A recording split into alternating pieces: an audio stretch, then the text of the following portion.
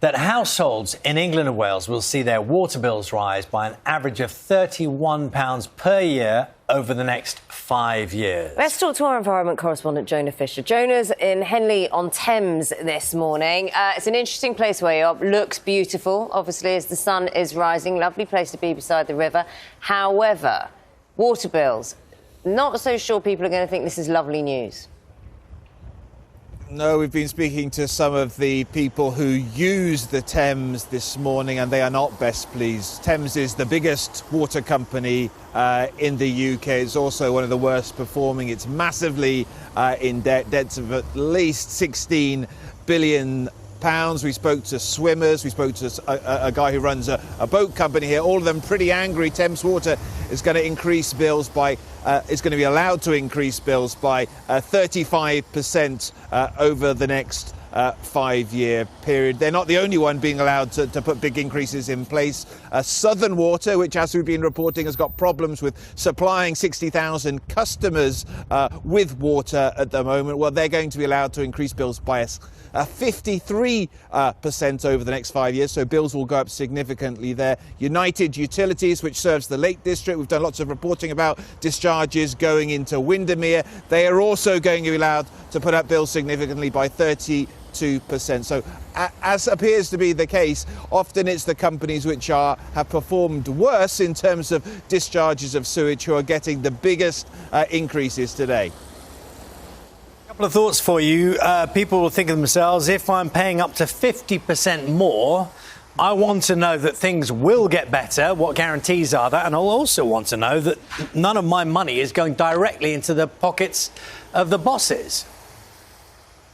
Yeah, a very good question. Why will it be different this time? Why will we not see a continuation of what we've seen over the last 3 decades since privatisation, in which large amounts of money has been paid out in terms of dividends, and indeed the water companies have racked up huge debts at the same time, more than £60 billion of debt. The Environment Secretary, Steve Rees, put out a statement this morning saying the Labour government will ring-fence the money earmarked for investment so it can never be diverted for bonuses and shareholder payments. So they're trying to make that point clear.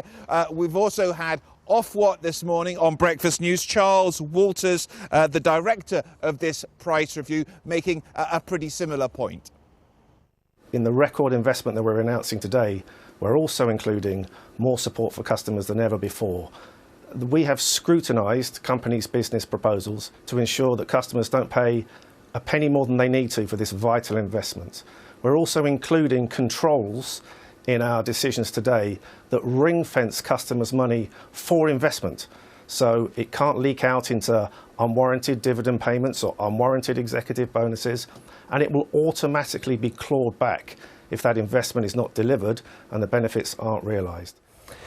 Jonah, the last thought from you is about what the water companies wanted, because the reality check is, and no matter how big these rises, they actually wanted more, didn't they? Have they said anything since getting this news?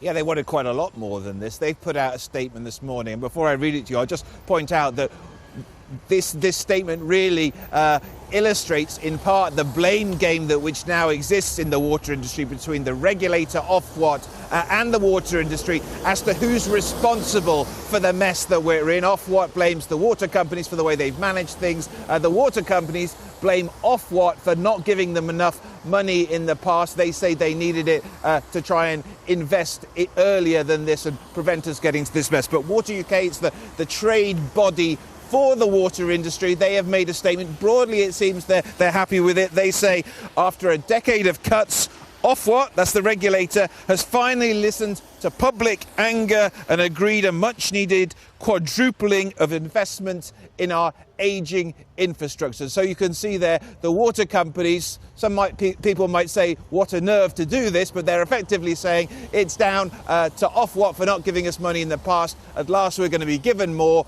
and now we're going to be able to make those improvements that we wanted to do all along.